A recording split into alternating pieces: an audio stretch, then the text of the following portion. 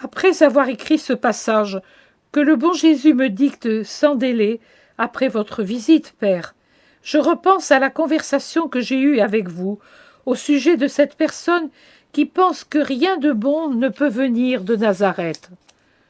Le maître intervient. Tu t'en occupes et tu t'en préoccupes peut-être. Et moi?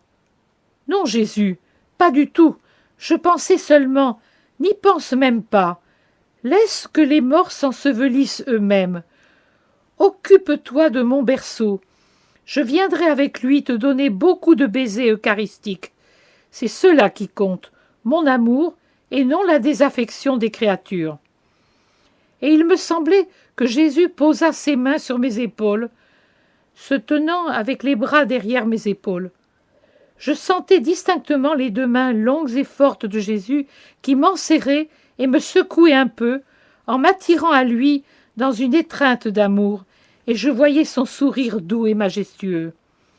Et puis, hier soir, avant l'assoupissement que je sentais me gagner, je vis la Vierge et Jésus, mais Jésus adulte, comme il était à sa mort, toujours dans sa tunique blanche, vêtus de blanc tous les deux. Mais la robe de la Vierge était d'un blanc argenté comme celui d'Ulysse, et son voile aussi, comme dans les visions de la grotte, tandis que la tunique de Jésus était d'un blanc ivoire, comme s'il était d'une étoffe de laine. J'ai pu bien comparer les deux corps et les deux visages, car ils étaient près l'un de l'autre, du côté droit de mon lit. Jésus près de mon chevet, Marie à sa droite, vers le pied du lit. Marie était plus petite de toute la tête de son fils, de sorte que la tête de la Vierge était à la hauteur de l'épaule du fils, qui est très grand. Elle est beaucoup plus mince que lui, lequel a de larges épaules et un corps robuste sans être gros. Le teint du visage d'un blanc ivoire. Seules les lèvres sont accentuées dans leur couleur qui tranche sur cette couleur sans couleur de la peau. Les yeux bleus, clairs ceux de la Vierge, plus foncés ceux du Fils, et plus grands.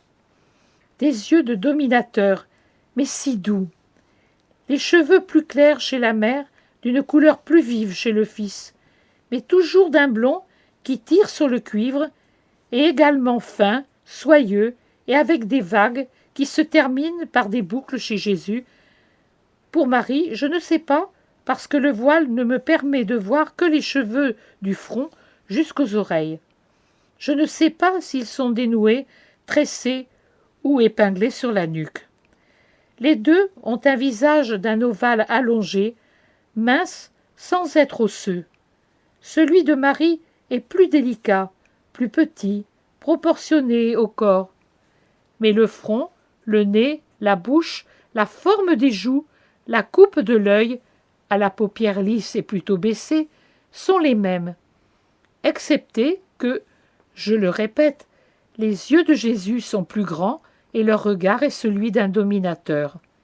Les mains très blanches et toutes petites chez Marie sont plus viriles chez le Fils et de peau plus foncée, mais la forme en est très fuselée chez les deux par rapport à la largeur.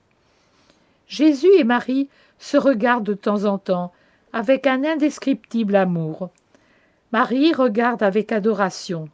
Jésus regarde sa mère avec un amour infini, vénérant et protecteur, reconnaissant, je dirais.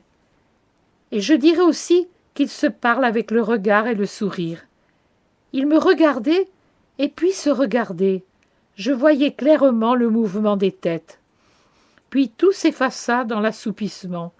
Mais quand je revins à moi, la première chose que je vis fut mes deux amours toujours au même endroit.